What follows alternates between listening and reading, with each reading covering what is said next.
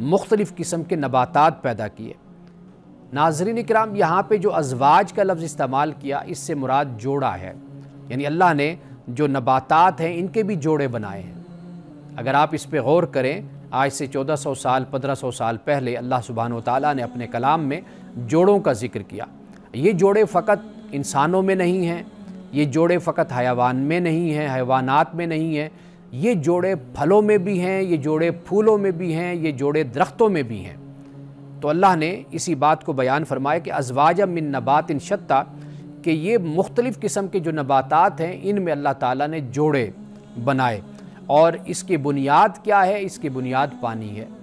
پھر اس کے بعد فرمایا کلوا ورعوا انعامکم، کہ یہ جو کچھ بھی ہم نے تمہارے لیے نباتات کو پیدا کیا، یعنی جمادات ہیں، جمادات وہ ہیں کہ جو بڑھتے نہیں ہیں، ان میں نمو نہیں ہے، نشو و نما نہیں ہے، جیسے پتھر ہیں، لیکن اس کے بعد پھر نباتات آتے ہیں، نباتات کے بعد حیوانات آتے ہیں، یعنی نباتات وہ کہ جو پھر بڑھتے ہیں، جیسے پھول ہیں، پھل ہیں، پودے ہیں، سبزیاں ہیں، یہ پھر نباتات میں ان کا شمار ہوتا ہے۔ پھر اس کے بعد حیوانات میں، حیوانات میں پھر سارے کے سارے جاندار، مویشی، دابہ، سب کے سب اس میں شامل ہو جاتے ہیں۔ پھر ان سے بلند اللہ تعالیٰ نے پھر انسان کو بنایا کہ انسان کو شعور اور عقل کی دولت اللہ نے عطا فرمائی۔ اب آگے اسی کی طرف اللہ نے اشارہ فرما دیا، کہا کہ کلوا ورعوا انعامکم، کھاؤ اور اپنے جانوروں کو بھی کھلاؤ، یعنی جو تمہارے مویشی ہیں ان کو بھی تم یہ جو کچھ بھی نباتات زمین سے پیدا ہوں گے اور پانی کا اس کا ذریعہ بنے گا تو تم اس کو خود بھی کھاؤ اور اپنے مویشیوں کو بھی کھلاؤ۔ ان فی ذلک لآیات لأولی النہی، اور فرمایا کہ اس میں اہل عقل کے لیے نشانیاں ہیں۔ اب یہاں پر قرآن مجید میں عقل کا لفظ بھی استعمال ہوا ہے، لب کا لفظ بھی استعمال ہوا ہے، اور یہاں پر نہا کا لفظ استعمال ہوا، یعنی نہا کا جب قرآن مجید میں یہ لفظ آئے اس کا مطلب ہے روکنا، یعنی روکنے والی چیز کیا ہے؟ وہ عقل ہے۔ اللہ سبحانہ وتعالیٰ نے انسان کو بہت سے کاموں سے روکا ہے، بہت سی اشیاء سے، چیزوں سے، اور بہت سے طعام سے انسان کو منع کیا یہ نہیں کھانا۔ اور یہاں پر جب اللہ عقل کی بات کرتا ہے اولی النہی، تو اس سے مراد یہ ہے کہ انسانی عقل بھی اس بات کو سمجھتی ہے کہ اللہ سبحانہ وتعالیٰ نے اگر کسی چیز کو حرام قرار دیا تو اس کی حرمت کی ایک وجہ موجود ہے، یعنی وہ انسانی وجود کے لیے فائدہ مند نہیں ہے، وہ انسانی روح کے لیے فائدہ مند نہیں، نقصان دہ ہے، انسان کے اخلاق اور کردار کے لیے وہ چیز مفید نہیں ہے۔ جیسے حرام رزق ہوتا ہے کہ حرام رزق ہو یا حلال رزق ہو، ظاہری طور پر شکل اگر آپ دیکھیں دونوں کی تو ایک جیسی ہوتی ہے، لیکن حلال رزق جو ہے وہ انسان کی روح کی پرورش کرتا ہے، انسان کے ایمان کی مضبوطی کا باعث بنتا ہے، لیکن حرام رزق بے شک وہ جتنا بھی مزیدار ہو، جتنا بھی ٹیسٹی ہو، لیکن وہ انسان کی روح اور اس کے ایمان کے لیے نقصان دہ ہوتا ہے۔ تو اس لیے جب نہا کا لفظ یہاں پر استعمال کیا تو مراد یہ ہے کہ بھئی وہ لوگ کہ جو عقل والے ہیں، جن کے پاس عقل ہے، یعنی عقل انسان کو نفع نقصان سمجھاتی اور بتاتی ہے، تو فرمایا کہ ان کے لیے یہاں پر نشانیاں موجود ہیں۔ اب آخری آیت جو آج کے ہمارے پروگرام کی آخری آیت ہے، اس میں فرمایا کہ منہا خلقناکم، کہ پھر یہی جو زمین ہے اسی سے ہم نے تمہیں پیدا کیا، وفیہا نعیدکم، اور اسی زمین میں ہم تم کو لوٹا دیں گے، ومنہا نخرجکم تارۃ اخری، اور پھر اسی زمین سے ہم تمہیں نکالیں گے دوبارہ، یعنی ایک مرتبہ پھر دوسری مرتبہ ہم تم کو اسی زمین سے نکالیں گے۔ تو یہاں پر اللہ سبحانہ وتعالیٰ نے انسانی زندگی اور موت کو یہاں پر بیان کر دیا، یعنی پہلے فرمایا کہ ہم نے تمہیں اسی سے پیدا کیا۔ انسان کی تخلیق کا پہلا مرحلہ جو تھا وہ یہی تھا کہ انسان کو اللہ نے اسی زمین سے پیدا کیا۔ قرآن مجید نے مختلف مقامات پر اس کو بیان کیا، کہیں پر کہا کہ گارے سے پیدا کیا، کہیں فرمایا کھنکھناتی مٹی سے پیدا کیا، یعنی یہ مختلف مراحل ہیں، غالباً کوئی 8-9 مراحل بنتے ہیں جنہیں قرآن مجید نے بیان کیا۔ پھر اس کے بعد جو دوسرا یعنی فیز آتا ہے انسان کی پیدائش کا، وہ پھر مرد اور عورت کے یعنی میاں بیوی کے ملاپ سے یہ مرحلہ پھر آدم و حوا کا شروع ہوتا ہے۔ تو یہاں پر فرمایا کہ اسی مٹی سے ہم نے تم کو پیدا کیا، اور پھر کیا ہوتا ہے کہ اللہ پھر اسی مٹی میں ہمیں لوٹا دیتا ہے، یعنی مٹی سے ہی ہم نکلے، واپس اسی مٹی میں ہمیں دفنا دیا جائے گا، واپس لوٹا دیا جائے گا، اور پھر اللہ فرماتا ہے کہ اس کے بعد پھر میں تم کو نکالوں گا، یہ تمہارا دوسری مرتبہ نکلنا ہوگا زمین سے۔ اب ان آیات کو اگر ہم مد نظر رکھیں تو دو باتیں ہمیں سمجھ آتی ہیں کہ ان میں ایک تو اللہ نے اپنی توحید کا ذکر کر دیا، اپنی توحید کو بیان کر دیا، اور دوسری چیز ہمیں آخرت یہاں پر معلوم ہوتی ہے، یعنی اللہ ہی وہ ذات ہے کہ جو اس کائنات کی خالق ہے، اس کائنات کی مالک ہے اور اس کائنات کے نظام کو چلانے والی ہے۔ اسی نے انسان کی زندگی اور جاندار کی زندگی کے تحفظ کا اہتمام کیا، حفاظت کا، اور یہاں پر نعمت انسانی زندگی کو قائم رکھنے کے لیے پیدا کر دی، اور پھر پانی کو اس کی بنیاد یہ بیان کر دیا، اور پھر اس کے بعد آخرت کا بھی ذکر ساتھ کر دیا کہ وَمِنْهَا نُخْرِجُكُمْ تَارَةً أُخْرَىٰ، کہ پھر اسی زمین سے ہم تمہیں دوبارہ نکالیں گے، دوبارہ اٹھائیں گے، یعنی پھر تمہارا حساب و کتاب ہوگا۔ اللہ نے اپنی ذات پر بھی اسی کو دلیل بنا کر قرآن میں پیش کیا، فرمایا کیف تکفرون باللہ وکنتم امواتا، کہ تم کیسے اللہ سبحانہ و تعالیٰ کا انکار کر سکتے ہو کہ تم مردہ تھے، تو فاحیاکم، پھر اس نے تمہیں زندگی دی، ثم یمیتکم، پھر وہ تم کو مار دے گا، ثم یحییکم، پھر وہ تمہیں زندگی دے گا، ثم الیہ ترجعون، پھر تم اس کی طرف لٹائے جاؤ گے۔ تو قرآن مجید نے بڑے سفیشینٹ طریقے سے اس موضوع کو بیان کیا ہے کہ انسانی زندگی جو دی گئی انسان کو یہ ایک فانی ہے، ایک عارضی ہے، اس کے بعد پھر ایک نئی زندگی ہوگی جو پرفیکشن کے ساتھ انسان کو دی جائے گی، وہاں نعمتیں بھی ہوں گی، وہاں سب کچھ اللہ سبحانہ و تعالیٰ اپنے بندوں کو عطا کرے گا۔ تو انسان کی یہ زندگی اور آخرت کی زندگی، اس کو اللہ سبحانہ و تعالیٰ قرآن میں بڑی تفصیل کے ساتھ بیان کرتا ہے۔ توحید اور آخرت، ایمان باللہ اور ایمان بالآخرت، یہ دو قرآن مجید میں ایسے موضوع ہیں کہ جو بنیادی ہیں کہ جس سے انسان کی مکمل نجات وابستہ ہو جاتی ہے کہ اگر وہ ان کو مان لے، ان پر عمل کرے، تو گویا کہ پھر وہ اسلام کی باقی باتوں کو ماننے کے لیے تیار بھی ہوتا ہے اور اس کے لیے وہ آسان بھی ہوتی ہیں۔ ناظرین کرام، یہاں وقت ہوا چاہتا ہے ایک بریک کا، ہمارے ساتھ رہیے گا۔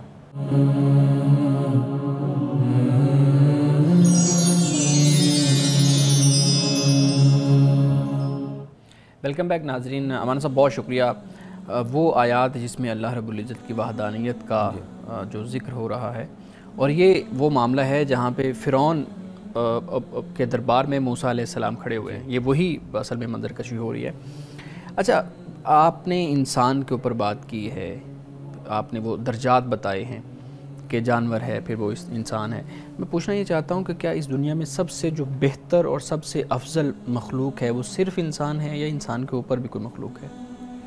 دیکھیے، انسان کا جو معاملہ ہے نا، وہ یہ نہیں ہے کہ وہ اپنا خلقی طور پر، یعنی تخلیقی طور پر ہی بڑی عمدہ اور بہت ہی بہترین مخلوق ہے۔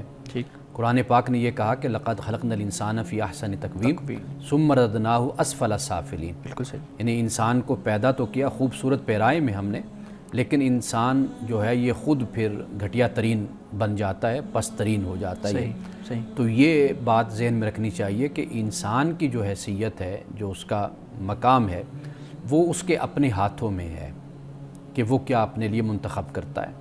یعنی آیا کہ اگر وہ اللہ کے حکم کے مطابق زندگی گزارے گا اور اپنے اختیار اور اپنے ارادے کو صحیح طور پر استعمال کرے گا تو پھر اس کا مقام اور مرتبہ بہت بلند ہے۔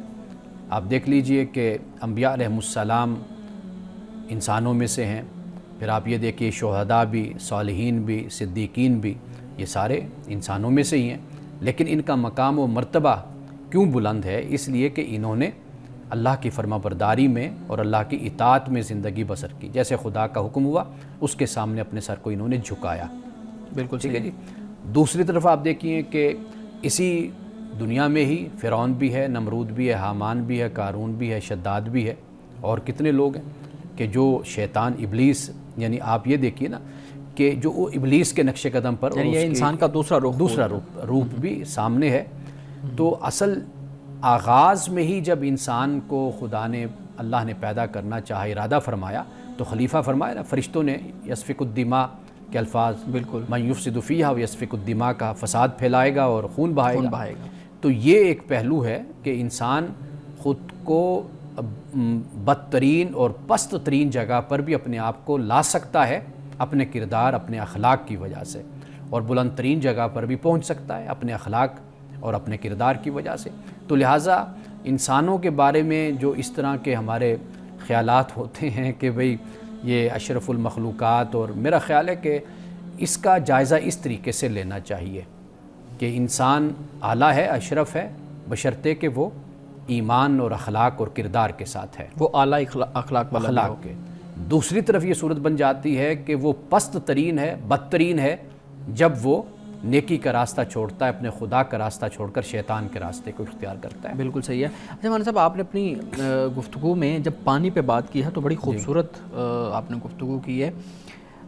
پانی بنیاد ہے چیزوں کی، لیکن ہم دیکھتے ہیں کہ جو پانی ہے اس کی وجہ سے ہی ہمارے ہاں بہت زیادہ ماحولیاتی آلودگی کے اوپر جو پرابلمز آ رہی ہیں وہ ہو رہی ہیں۔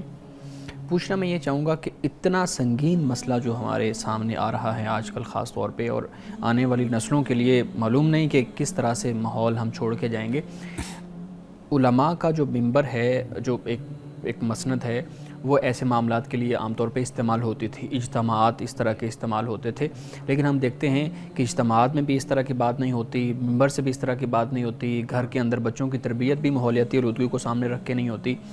کیا اسٹریٹجیز ہم اختیار کریں، خاص طور پہ ایک مذہبی طبقہ جو ہے جس کے پاس منبر جیسا وہ پلیٹ فارم ہے کہ جہاں سے وہ ماحولیاتی آلودگی کے لیے یا اس طرح سے ماحول کو بہتر بنانے کے لیے اقدامات کیے جا سکیں؟ اچھا، پہلی بات تو یہ ہے کہ کائنات میں اللہ تعالیٰ نے خام صورت میں ایک پوٹینشل رکھا ہے اس کائنات میں، اور انسان میں یہ پوٹینشل رکھا ہے کہ وہ اس کو ڈسکور کر سکتا ہے، اس کو دریافت کر سکتا ہے۔ ایسا نہیں ہے کہ انسان میں یہ پوٹینشل نہیں، یا زمین میں یا اس کائنات میں یہ پوٹینشل نہیں ہے۔ پہلی بات تو یہ ذہن میں رکھنی چاہیے۔ اب یہ ڈیپینڈ کرتا ہے انسان پر کہ وہ کیسے اس کو استعمال کرتا ہے اور کیسے آگے بڑھتا ہے۔ ہم اصل اپنے ہی حالات کو دیکھتے ہیں تو اس کی روشنی میں وہ حکم پوری دنیا پر ہم لگاتے ہیں اور اطلاق اس کا پوری دنیا پر کرتے ہیں، تو ایسا نہیں ہوتا۔ دنیا نے اس بارے میں بہت کچھ کر رکھا ہے اور وہ مزید آگے بڑھ رہی ہے۔ خطرات ہمیں ہیں، یعنی جنہوں نے اپنے آپ کو سنبھالا نہیں، اپنے مسائل کو حل نہیں کیا اور آگے نہیں بڑھے۔ یعنی آپ جاپان کو دیکھ لیجئے، زلزلوں کی زمین ہے، انہوں نے کس حد تک اپنے آپ کو محفوظ کر لیا۔ یہی انسانی عقل ہے نا، انسانی شعور ہے، اور یہی انسانی دریافت ہے اور ایجادات ہیں، انسان کی تحقیق اور ریسرچ ہے کہ زیادہ سے زیادہ وہ انسانی زندگیوں کو محفوظ کر رہے ہیں۔ دیگر ممالک بھی ہمارے سامنے۔ اب اصل جو مسئلہ ہے کہ ہمیں تو کسی سے کوئی خطرہ نہیں ہے، ہمیں خطرہ اپنی جہالت سے ہے۔ سب سے بڑا مسئلہ ہمارا، ہم جو یہ کہتے ہیں نا کہ فلاں ہمارا دشمن ہے یا کوئی ہمارے خلاف سازش کر رہا ہے، فلاں ملک یا فلاں قوم یا فلاں مذہب والے، تو فلاں لوگ، تو میں یہ کہتا ہوں کہ ہمیں اصل خطرہ ہمیں خود اپنے آپ سے ہے، اپنی جہالت سے ہمیں خطرہ ہے، اپنی جذباتی پن سے ہمیں خطرہ ہے، اپنی اندھی تقلید سے ہمیں خطرہ ہے۔ تو ہمارا جو اصل مسئلہ ہے وہ یہ ہے کہ ہمارے جو مراکز ہیں وہاں سے جب تک یہ آواز نہیں اٹھتی، تعلیم نہیں دی جاتی، تربیت نہیں دی جاتی۔ آپ شکوہ کرتے ہیں ممبر کا، آپ شکوہ کریں گے اساتذہ کا، یونیورسٹی، کالج، سکول، اگر دیکھا جائے تو بنیاد سے ہی ان کی تربیت اس طرح نہیں ہوئی کہ وہ اس حوالے سے شناسا ہوں اور باشعور ہوں کہ ہمارے اصل میں ایشوز اور ہمارے معاملات کیا ہیں۔ یہ وہ طبقہ ہے کہ جو معاشی مسائل کا اس طرح شکار بھی رہتا ہے، گھرا ہوا رہتا ہے کہ وہ کیسے یعنی اپنے مطالعہ کو، اپنے علم کو اور اپنے شعور کو آگے بڑھاتے ہوئے ان مسائل پر بھی وہ کام کریں۔ وہ اپنی روٹی کے چکر سے ہی ابھی باہر نہیں آتے ہمارے ہاں کے لوگ، لیکن باہر دنیا میں دیکھیں اساتذہ ہیں، ریسرچ سکولرز ہیں، وہ اس پر بڑا بڑا کام کر کے اپنی ریاستوں کو دیتے ہیں۔ بالکل صحیح ہے۔ اچھا مولانا صاحب، آخری سوال میں آپ کے سامنے رکھوں گا۔ سوال یہ ہے کہ جو آخرت کے معاملات ہیں، ہم نے دیکھا کہ اللہ رب العزت نے انہی آیات کے اندر بتایا کہ پیدا کیا، پھر تمہیں اس زمین میں تم چلے گئے، پھر تمہیں اسی زمین سے اٹھایا جائے گا۔ ہم دیکھتے ہیں کہ سیارے اور بھی ہیں، اور بھی جو ہے نا وہ کہکشائیں ہیں، یہ سب کچھ ہے۔ تو جو آخرت کے معاملات ہیں، سوال ذہن میں پھر یہ پیدا ہوتا ہے کہ وہ صرف اس زمین پہ ہی ہوں گے، یا چونکہ ایک آخرت کا معاملہ ہے، انسان اس کے بارے میں بڑا سوچتا ہے، اور ایک عجیب سی ایسی غیر مری سی صورت ہمارے سامنے آتی ہے جس کو انسان نے دیکھا نہیں ہوتا، صرف سوچا ہوتا ہے، تو پھر ذہن میں یہ بھی آتا ہے کہ شاید کسی اور سیارے کے اوپر یا کسی اور کہکشاں پہ یہ چیزیں ہوں گی۔ تو آخرت کے جتنے معاملات ہیں وہ اسی زمین پہ ہوں گے یا کہیں اور ہوں گے؟ دیکھیے، اس پر جو تحقیق ہے نا، پہلی بات یہ ہے کہ چونکہ ہمیں کوئی واضح طور پر کوئی اس پر کوئی نص اور کوئی ہمیں اس پر کوئی ثبوت ایسا نہیں ملتا کہ جس کی بنیاد پر ہم ایک واضح بات کہہ سکیں. ٹھیک. تو اس لیے علماء میں پھر اس پر اختلاف بھی ہوتا ہے, ہر کوئی اپنی تحقیق کو پیش کرتا ہے. لیکن یہی زمین ہے, یہ بھی ایک نقطہ نظر ہے کہ یہی زمین ہے کہ جہاں پر یہ قیامت برپا ہوگی, یہیں پر یہ آخرت ہوگی. اور باقی جو معاملات ہیں وہ اللہ سبحانہ و تعالیٰ جانتا ہے. لیکن یہ بھی کہا جاتا ہے کہ بھئی ساتویں آسمان پر یا اس سے بھی اوپر یہ بھی ہمیں روایات میں یہ چیزیں ملتی ہیں کہ جہاں پر یہ قیامت اور آخرت کا برپا ہونا ہے اور جہاں پہ انسان نے رہنا ہے. تو یہ وہ چیزیں جن پر خود ہی پردہ پڑا ہوا ہے, حجاب ہے ان پر. تو لیکن ہمارے لیے جو اصل چیز ہے وہ یہ ہے کہ ہم سرخ روح ہو جائیں آخرت میں. وہ آخرت, وہ جنت خواہ اس زمین پر ہے یا وہ کسی اور کرہ پر ہے, تو اگر ہم اس اہل ہو گئے تو اللہ سبحانہ و تعالیٰ جہاں پر بھی ہوگا وہاں پر ہمیں داخلہ عطا فرمائے گا. یعنی ہمیں اپنی کامیابی کی طرف دیکھنا ہے, اس طرف بنیادی بات وہ ہے. ناظرین کرام, بقیہ سوالات لیتے ہیں ایک بریک کے بعد, ہمارے ساتھ رہیے گا.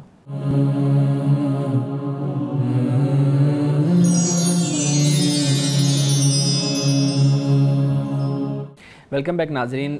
جی بلال صاحب, آپ سوال کرنا چاہ رہے تھے. میں یہ پوچھ رہا تھا کہ آپ نے ابھی جو بات بتائی کہ یہ جاپان میں اتنے زلزلے آتے ہیں لیکن انہوں نے اس پہ اوور کم کرنے کی کوشش کی. ہمارے ہاں تو جب اس طرح کا مسئلہ ہوتا ہے تو یہ کہہ دیا جاتا ہے کہ یہ تو خدا کی طرف سے کوئی عذاب ہے, جیسے کرونا میں ہمیں دیکھا گیا, یا اب سموگ ہوتی ہے تو سموگ بھی شروع میں لوگ اس بارے میں بہت زیادہ کہتے تھے. تو ایسا کیوں ہم رویہ اپناتے ہیں کہ ہم اس طرح کی ہر چیز کو اللہ کی طرف منسوب کر دیتے ہیں کہ اللہ کی طرف سے کوئی نہ کوئی ہمارے اوپر ہے؟ اچھا, اصل جو بات ہے نا عذاب کی, ہمیں یہ سمجھنا چاہیے کہ قرآن مجید نے جو عذاب کا ذکر کیا وہ ذکر کیا اقوام سے, انبیاء علیہ السلام کی اقوام کے ساتھ. وہاں پر عذاب, چونکہ پیغمبر ان کو دعوت دیتا ہے, رسول ان کو بلاتا ہے, دین کی طرف ان کو دعوت دیتا ہے, وہ نہیں آتے, سرکشی اختیار کرتے ہیں بلکہ سازشیں کرتے ہیں, پیغمبر کی جان کے دشمن بن جاتے ہیں, جو ماننے والے ہیں ان کی جان کے درپے ہو جاتے ہیں, فساد پھیلاتے ہیں زمین پر. تو ان کے لیے پھر پیغمبر کو حکم ہوتا ہے کہ آپ اس بستی سے نکل جائیے. وہ چلے جاتے ہیں تو پھر اس کے بعد خدا کا ان پر عذاب اترتا ہے. تو عذاب تو خاص طور پر اس اینگل سے اور اس پس منظر میں ہمیں دیکھنا چاہیے. باقی یہ بات حقیقت ہے کہ قوموں کو ان کے اعمال کی سزا تو دی جاتی ہے, ملتی ہے. یعنی مثال کے طور پر آپ دیکھیے کہ اگر آپ کا پیپر ہے, امتحان ہے, تو آپ اگر تیاری نہیں کر رہے اور اس میں آپ فیل ہو جاتے ہیں, اب آپ یہ کہیے جی یہ خدا کا عذاب ہے, تو یہ عذاب تو نہیں, یہ اصل میں مکافات عمل, جو چیز آپ نے کی ہے آپ کو اس کا نتیجہ دیا گیا.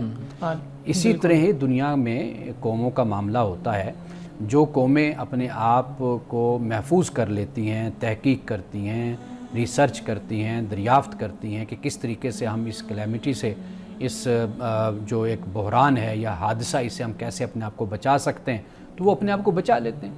جو قومیں حالات اور زمانے کے مطابق ترقی نہیں کرتے, آگے نہیں بڑھتے, اس کے تقاضوں کو پورا نہیں کرتے, تو وہ اسی طرح پھر زمین سے مٹتی چلی جاتی ہیں, اسی طرح پھر وہ بحرانوں کا شکار رہتی ہیں. بالکل. لیکن ایک یہ بھی چیز ہے نا کہ ہم کہیں نہ کہیں مذہب کو اٹیچ کرتے ہیں. آپ نے جو جواب دیا ہے اس سے تو یہ بات بالکل واضح ہو جاتی ہے کہ مذہب کا کوئی لینا دینا نہیں ہے. ایک نان مسلم شخص وہ سخت محنت کرتا ہے اور اس کو اس کا نتیجہ مل جاتا ہے. اسی کے مقابلے میں ایک مسلم شخص محنت نہیں کرتا لیکن دعا کرتا رہتا ہے, تو اسے تو اس کا نتیجہ نہیں ملے گا نا. اصل میں ہمارے ہاں جو آپ بات کہہ رہے ہیں نا, اس کی ایک بڑی وجہ بھی ہے. وہ یہ ہے کہ ہم دنیاوی لحاظ سے تو پیچھے ہوئے ہیں, ہم مذہبی حوالے سے بھی پیچھے ہیں نا. یعنی مذہبی حوالے سے مراد یہ ہے کہ ہم مذہب میں عملی طور پر داخل نہیں ہوئے. جی بالکل. یعنی مثال کے طور پر آپ نماز دیکھ لیجئے, کتنے لوگ ہیں, کتنے مسلمان ہیں نماز ادا کرتے ہیں, ٹھیک ہے, اخلاقی معاملات کو آپ دیکھ لیجئے, کتنا ہم اسلام کو اپنے پیش نظر رکھتے ہیں. آپ روزے کو دیکھ لیجئے, زکوٰۃ کو دیکھ لیجئے, آپ بہن بھائیوں کے جو حقوق ہوتے ہیں, والدین کے جو حقوق ہیں, وہ کس حد تک ہم ادا کرتے ہیں. وراثت کے معاملات ہیں. اچھا, کاروباری حوالے سے آپ دیکھ لیجئے کہ کاروبار میں ہم کتنی ملاوٹ کرتے ہیں اور کتنا جھوٹ بولتے ہیں. ہمارے دفتری اور سرکاری معاملات آپ دیکھ لیجئے, وہاں پر جو سفارش اور رشوت کی صورتحال ہوتی ہے. اب یہ سارا کچھ ہمیں اتنا تو پتہ ہے نا کہ مذہب ان چیزوں سے منع کرتا ہے. بالکل. وہ ایک بوجھ ہم پر ہمیشہ رہتا ہے کہ بھئی میں مسلمان ہوں, اس کے باوجود بھی میں ان چیزوں پر عمل نہیں کر رہا, ان احکام پر عمل نہیں کر رہا. تو وہ پھر کوئی تکلیف کوئی مصیبت آتی ہے تو پھر انسان کا خود بخود ذہن اس طرف جاتا ہے کہ چونکہ میں یہ نہیں کر رہا تو لہٰذا یہ مجھے اس کا عذاب مجھ پر اترا ہے اور مجھے اس کی سزا دی جا رہی ہے. یہ اس نقطہ نظر سے لوگ سوچتے ہیں. چونکہ جب ہم مذہب پر عملی طور پر اور من حیث القوم عمل نہیں کر رہے، ہماری زندگیوں میں مذہب اگر ہے تو صرف نام کا مذہب ہے. یعنی اگر ہم نے کسی کے خلاف کوئی مقدمہ دائر کرنا ہو یا کوئی فتویٰ لگانا ہو تو وہاں پر ہمیں مذہب یاد آتا ہے، یا طلاق کے مسئلوں میں مذہب یاد آتا ہے، یا نکاح کے مسئلوں میں یاد آ جائے گا. باقی عملی زندگی میں آپ دیکھیے تو آپ کو کہیں پر مذہب، یہ شاید ایک بوجھ ہوتا ہے نفسیاتی طور پر کہ جو ہم محسوس کرتے ہیں اور پھر کوئی تکلیف آتی ہے تو ہم اس کو مذہب سے جوڑتے ہیں. لیکن اللہ تعالیٰ نے کچھ عمومی اصول اور ضابطے قائم کر دیے ہیں. اب باقی قومیں وہ مسلمان تو نہیں ہیں نا، کلمہ گو نہیں ہیں، لیکن وہ ترقی بھی کر رہی ہیں. بالکل ایسے ٹھیک ہے. وہ سب کچھ وجہ کیا؟ وجہ یہی ہے کہ جو خدا نے ایک عمومی اصول اور ضابطہ دنیا میں قوانین بنا دی ہیں ترقی کے، وہ ان پر عمل کر رہے ہیں، تو اس لیے وہ آگے بڑھ رہے ہیں. لیکن مولانا صاحب یہاں پہ میں ایک چیز میں پھر پوچھنا چاہوں گا.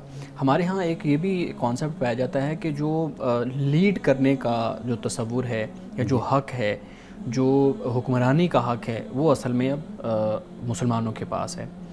اور دوسری اقوام جتنا مرضی محنت کر لیں، ہم جتنا مرضی پیچھے چلے جائیں، لیکن ایک جو ذہن کے اندر چیز ہے وہ یہی ہے کہ ہم ہمیشہ، ہم عام طور پہ دیکھتے ہیں سوشل میڈیا پہ یہ چیزیں ہمیں لکھی ہوئی ملتی ہیں کہ جو حکمرانی کا حق ہے وہ مسلمانوں کا ہی ہے، غلبہ ہمیشہ تمہارا ہی ہوگا، مسلمانوں کا ہی ہوگا. یہ کانسیپٹ کیوں پیدا ہوا پھر، اگر آپ کہہ رہے ہیں کہ یہ صرف عملی طور پہ ہی یہ چیزیں ہیں، لیکن اس کا تو عملی اس معاملہ سے تعلق نہیں ہے؟ اچھا، پہلی بات تو یہ ہے کہ اس کا کہیں بھی نہ کوئی قرآن میں ذکر ہے، نہ اس کا کہیں حدیث میں اس بات کا ذکر ہے کہ مسلمان بے عمل ہو، بد اخلاق ہو، خدا کے احکام کا تارک ہو اور نافرمان ہو تو چونکہ وہ مسلمان ہے تو لہٰذا اس کا غلبہ زمین پر ہوگا، ٹھیک، یا اس کو ہونا چاہیے، یا وہ دنیا میں آیا ہی حکمرانی کے لیے ہے. قرآن مجید میں کہیں پر بھی اس بات کا ذکر نہیں ہے. قرآن مجید نے انسان کو اس کے کریکٹر کے ساتھ مشروط کیا ہے. ذالک بأن اللہ لم یکن مغیرا نعمتا انعمها علی قوم حتی یغیروا ما بانفسہم. بالکل صحیح ہے. قرآن پاک نے اس بات کو واضح طور پہ بیان کر دیا کہ جو قومیں اپنے آپ کو بدلتی ہیں تو ان پر خدا کا انعام آتا ہے، خدا ان کو نوازتا ہے. یہ بنیادی اصول اور قاعدہ ہے. تو یہی سوچ یہ پیدا کی گئی ہمارے اندر، ہمارے اپنے مفکرین نے، اسکالرز نے ہمارے اندر یہ سوچ پیدا کی ہے، جبکہ اس کا قرآن سے، اسلام سے، دین سے کوئی تعلق نہیں ہے. یہ محرومیاں ہیں ہماری. جو کلونیلزم کا زمانہ گزرا گزشتہ صدی کا، 1-2 صدیاں جو گزری، انگریز بر صغیر میں آیا، یہاں پر اس کا غلبہ ہوا، اس نے یہاں پر حکومت کی، یہاں سے جو محرومیاں پیدا ہوئی اس سے یہ سوچ ہمارے ہاں اس نے جنم لیا. اصل بات یہ ہے کہ اقتدار اور غلبہ اور حکومت یہ کوئی مقصد نہیں ہے. یہ تو اللہ سبحانہ و تعالیٰ آپ کو آپ کے کردار، آپ کے اعمال اور اعمال حسنہ اور آپ کے من حیث القوم آپ کا جو اجتماعی اخلاق اور کردار ہوتا ہے اس کے صلے میں اور انعام کے طور پر خدا یہ سب کچھ آپ کو عطا کرتا ہے. یعنی حکمرانی غلبہ دنیا میں آپ دیکھ لیجئے کہ اسی بنیاد پر ہی قوموں کو غلبہ اور حکومت ملتی ہے. یہ بنیادی چیز ہے. ہم اصل بات یہ ہے کہ ہم پھل کی طرف دوڑتے ہیں کہ ہمیں پھل ملے، لیکن اس پھل سے پہلے جو کاشتکاری کرنی ہے، جو محنت کرنی ہے، اس طرف ہماری توجہ نہیں جاتی. وہ پھل تو آپ کو ملے گا جب آپ کاشتکاری کریں گے، جب محنت کریں گے. ہم کہتے ہیں محنت نہ کریں لیکن وہ پھل ہمیں مل جائے. تو غلبہ، اقتدار اور حکومت وہ تو قوموں کو ملتی ہے ان کی محنت کے نتیجے میں اور ان کی کوشش کے نتیجے میں، علم میں، تعلیم میں، حکمت میں اور دنیاوی لحاظ سے آگے بڑھنے میں، پھر ان کو حکومت اور غلبہ یہ سب کچھ نصیب ہوتا ہے. بالکل ٹھیک ہے. ناظرین کرام، بقیہ سوالات لیتے ہیں ایک بریک کے بعد. ہمارے ساتھ رہیے گا.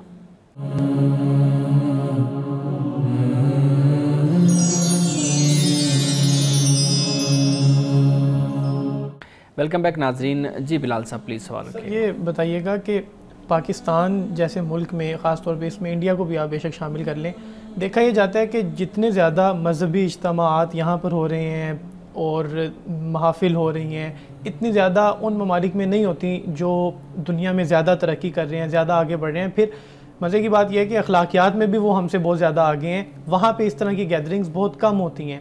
تو ایسی کیا وجہ ہے؟ یعنی ہم لوگ ہم لوگ زیادہ محفلیں کر رہے ہیں, زیادہ خدا کے قریب ہونے کی کوشش کرتے ہیں, لیکن اتنی زیادہ بدکاری ہمارے اندر ہے, اور وہ لوگ جو اس طرح کا اہتمام بہت کم کرتے ہیں وہ لوگ ہم سے بہت آگے جا رہے ہیں. اچھا, بنیادی چیز یہ ہے کہ دین کو جب تک آپ ٹوٹیلٹی میں قبول نہیں کرتے جی, اور اس پر تربیت نہیں ہوتی لوگوں کی, ٹوٹیلٹی آپ سمجھتے ہیں نا, کلیت جی میں, بالکل, یعنی دین کو اس کے پورے تصور کے ساتھ سمجھنا, جب تک آپ نہیں سمجھتے اور اس کو قبول نہیں کرتے, اس وقت تک یہ اجتماعات, یہ مجالس, یہ نتیجہ خیز نہیں ہوں گی. یعنی مثال کے طور پر دین کو کلیت میں قبول کرنے سے مراد یہ ہے کہ آپ کو یہ بتایا جائے کہ آپ اگر بازار میں بیٹھیں, حلال روزی کما رہے ہیں, دکاندار ہیں, محنت کر رہے ہیں اور جائز طریقے سے منافع لے رہے ہیں, یہ بھی دین ہے. یہ بتایا جائے کہ آپ کی بیوی ہے, آپ کے بچے ہیں, آپ ان کے حقوق صحیح طریقے سے ادا کر رہے ہیں, تو یہ بھی دین ہے. اسی طرح آپ کسی آفس میں کام کرتے ہیں, وہاں پر آپ ایمانداری سے, اونیسٹی کے ساتھ کام کرتے ہیں, تو یہ بھی دین ہے. آپ کسی کا حق نہیں کھاتے, ہر کسی کو اس کا حق دیتے ہیں اور اچھے طریقے سے دیتے ہیں, جی, تو یہ بھی دین ہے. جب ہم دین کو ایک خاص دائرے میں قبول کرتے ہیں نا کہ یہ کام کریں گے تو اس کی فضیلت بھی ہے, اس کا درجہ بھی ہے اور اس کی اہمیت بھی ہے اور یہ آخرت میں اس کا بڑا اجر بھی ہے, تو پھر لوگ اسی کی طرف دوڑتے ہیں, اسی کام کی طرف دوڑیں گے. جب آپ ڈاکٹر کو یہ بتائیں گے نا کہ بھائی نماز فرض ہے, اس میں کوئی شک نہیں ہے, لیکن اگر جماعت کا وقت ہے اور ادھر سے مریض آ گیا ہے تو وہ مریض کی جو بیچارہ بڑی تکلیف میں ہے, تو اب آپ بے شک اپنی جماعت کو چھوڑ دیں, نماز آپ پڑھ لیں, بعد میں پڑھ لیں, لیکن پہلے آپ مریض کا علاج کر دیں. لیکن جب آپ یہ بتائیں گے نا کہ جماعت کے ساتھ نماز پڑھنے کی بڑی فضیلت ہے, اس کا بڑا درجہ ہے, تو باقی اس کے سامنے کوئی چیز کوئی اہمیت نہیں رکھتی, تو پھر یہی چیز پروان چڑھے گی. اس کو یہ بتایا جائے کہ اس موقع پر اب اس مریض کا خیال کرنا, اس کو دوا دینا, اس کا چیک اپ کرنا, یہ اس عمل سے زیادہ باعث ثواب اور باعث اجر ہے. یہاں پر اب آپ کو زیادہ ثواب ملے گا. جب آپ دین کو ٹوٹیلٹی میں لوگوں کے سامنے پیش کریں گے نا, تو پھر آپ دیکھیں گے کہ یہ ہمارے مجالس اور ہمارے یہ جلسے اور ہمارے جتنے کام ہیں یہ پھر نتیجہ خیز ثابت ہوں گے. آپ باقی زندگی کو کاٹ کر رکھ دیتے ہیں اور اس کو بالکل غیر اہم بنا دیتے ہیں, اور آپ خاص اعمال کو, خاص افعال کو, خاص اوراد کو, وظائف کو اور خاص ایک طرز زندگی کو آپ اس کو کہہ دیتے ہیں یہ اسلام ہے اور اس کا بڑا درجہ اور بڑی فضیلت ہے.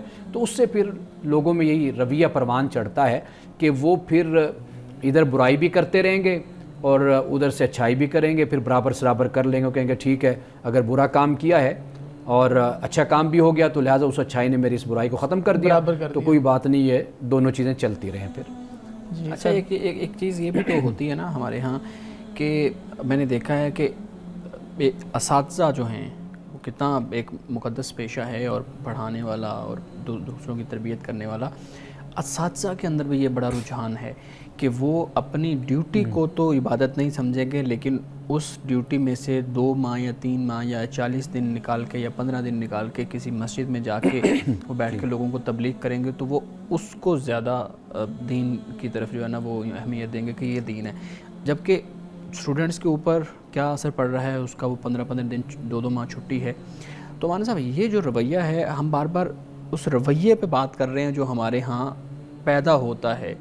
آپ نے اس رویے کا حل تو بتا دیا کہ جب ہم یہ کریں گے تو اس طرح سے ہمارے مقاصد حل ہو جائیں گا, لیکن یہ رویہ کیسے پیدا ہوا ہے؟ ایک تو کیسے پیدا ہوا ہے اور پھر اس رویے کو کیسے ٹھیک کیا جا سکتا ہے؟ کچھ نہ کچھ آپ نے بھی بات کی ہے, لیکن یہ بات عام طبقے کی سمجھ میں نہیں آنے والی. نہیں دیکھیے, پہلی بات میں نے یہ آپ سے کہی ہے نا کہ جب دین کو آپ جزوی طور پر دیکھتے ہیں پھر یہ رویے پیدا ہوتے ہیں. نہیں, جزوی طور پر میری مراد یہ ہے کہ جیسے مثال کے طور پر اگر استاد کو یہ بتایا جائے کہ آپ پر یہ فرض ہے, خدا کی طرف سے حکم ہے, آپ کی تنخواہ آپ پر حلال اس وقت ہوگی کہ جب آپ جو آپ نے طے کیا ہے اپنے جامعہ کے ساتھ, اپنے ادارے کے ساتھ, وہ ٹائم آپ پورا دیں گے, صحیح, اور اپنے بچے طلباء کی صحیح تربیت اور تعلیم آپ کریں گے, اس کا بہت اجر ہے, اس کا بہت ثواب ہے, یہ خدا کے نزدیک بہت ہی آپ کے لیے اجر اور ثواب کا باعث بنے گا. یہ ایک رویہ ہے, یہ بھی دین ہے, یہ بتایا جائے نا یہ بھی دین ہے. نہیں, کون بتائے گا؟ جو ممبر ہے جس کی ہم پہلے بھی بات کر رہے تھے, وہاں سے یہ بات نہیں ہو رہی, وہاں سے اور طرح کی چیزیں نکل رہی ہیں. تو جتنی بھی پبلک ہے انہوں نے تو ان علماء کو یا ان جو اہل علم ہیں ان کو ہی فالو کرنا ہے جو آواز پہنچا رہے ہیں, جو دین بیان کر رہے ہیں. اب آپ کی ایک آواز ہے فرض کریں, اب یہ کتنے لوگوں تک پہنچ رہی ہوگی, لیکن آپ کے مقابلے میں جو ہزاروں اور آوازیں ہیں وہ زیادہ طاقت رکھتے ہیں اور وہ اسی طرح کی چیز بیان کر رہی ہیں جس رویہ پہ ہم بار بار بات کر رہے ہیں. تو لوگوں کے سامنے تو صرف وہی رویہ جائے گا یا وہی بات جائے گی اور لوگ اس پہ عمل کریں گے. دیکھیے اصل بات یہ ہے کہ جیسے آپ نے خود کہہ دیا کہ ہم بیٹھے ہوئے ہیں تو ہم یہ بات لوگوں تک پہنچا رہے ہیں, اسی طرح ہی لوگ آگے بڑھتے ہیں, بات پہنچاتے ہیں. معاشرے میں ایک آواز نہیں ہوتی, لوگ توجہ نہیں کرتے, بے پرواہی کا مظاہرہ کرتے ہیں, لیکن اسی طریقے سے آوازیں جب اٹھتی چلی جاتی ہیں تو لوگوں تک پھر ایک شعور اور ایک صحیح بات بھی پہنچتی ہے. تو یہ ہم نے اپنی اپنی جگہ پر اس ذمہ داری کو ادا کرنے. جب ہم یہ کہتے ہیں نا کہ کون ایسا کرے گا, تو میرا خیال ہے کہ ایسے لگتا ہے کہ شاید ہم اپنی ذمہ داری سے جی چرا رہے ہیں, شاید کوئی انقلابی ذہن کر رہے ہیں, ذمہ داری سے بھاگنے کی یا ہم یہ سمجھتے ہیں کہ کوئی یہ راتوں رات ہونے والا کام ہے. تو یہ ایسا نہیں ہے. انسانوں کی تربیت کا جو معاملہ ہے, معاشروں کی تربیت کا, یہ بہت ہی گریجول اور بڑا ارتقائی معاملہ ہوتا ہے. اس کو بہرحال جاری رہنا چاہیے اور اپنی ذمہ داری انسان ادا کرتا رہے. بالکل صحیح ہے. مولانا صاحب آج کے حدیث مبارکہ بیان کیجیے گا. حضرت ابو ہریرہ رضی اللہ تعالی عنہ سے روایت ہے, فرماتے ہیں کہ رسول اللہ صلی اللہ علیہ وسلم نے فرمایا, اللہ تعالیٰ جنت میں ایک نیک آدمی کے درجات کو بلند کرتا ہے تو وہ پوچھتا ہے کہ اے میرے رب, میرے یہ درجات کیوں بلند کیے گئے؟ اللہ تعالیٰ فرماتا ہے کہ تیرے حق میں تیری اولاد کے استغفار کی وجہ سے تمہارے درجات بڑھا دیے گئے. یعنی باپ فوت ہو جاتا ہے, ماں فوت ہو جاتی ہے, تو اولاد جو پیچھے ہوتی ہے کہ جو ماں باپ ہی کی تربیت کے نتیجے میں وہ صالح ہوتی ہے, یعنی ماں باپ کی تربیت اور تعلیم ان کو ایک نیک انسان بنا دیتی ہے. تو جب ماں باپ دنیا سے چلے جاتے ہیں تو وہ اپنے والدین کے لیے استغفار کرتی ہے اولاد. جب استغفار کرتی ہے تو اللہ سبحانہ و تعالیٰ اس مرنے والے کے درجے کو بلند کر دیتا ہے. وہ پوچھتا ہے کہ مولا میرا درجہ کیوں بلند ہوا؟ تو اللہ پاک فرماتا ہے کہ اولاد نے تیرے حق میں استغفار کی تھی تو لہٰذا میں نے تیرے درجے کو بلند کر دیا. تو لہٰذا ہمیں اس بات کی تعلیم ملتی ہے کہ ہم اپنے اولاد کی اچھی تربیت کریں تاکہ کل ہم اس دنیا سے جب رخصت ہو جائیں تو ہماری اولاد ہمارے حق میں استغفار کرتی رہے. ناظرین کرام, یہ حوالہ ہے مسند امام احمد کا اور حدیث نمبر ہے 3381. مولانا صاحب بہت شکریہ آپ کی مدلل گفتگو کا, بہت شکریہ, آپ نے بہت احسن انداز سے سوالات کے جوابات دیے. بلال تھینک یو سو مچ. ناظرین کرام, اس دعا کے ساتھ اپنے پروگرام کا اختتام کریں گے. اللہ رب العزت حسن کلام اور تاثیر کلام عطا فرمائے, ہماری زبان کی گروں کو کھول دے اور سننے والوں تک خیر کا پیغام پہنچے. اجازت دیجیے, خدا حافظ.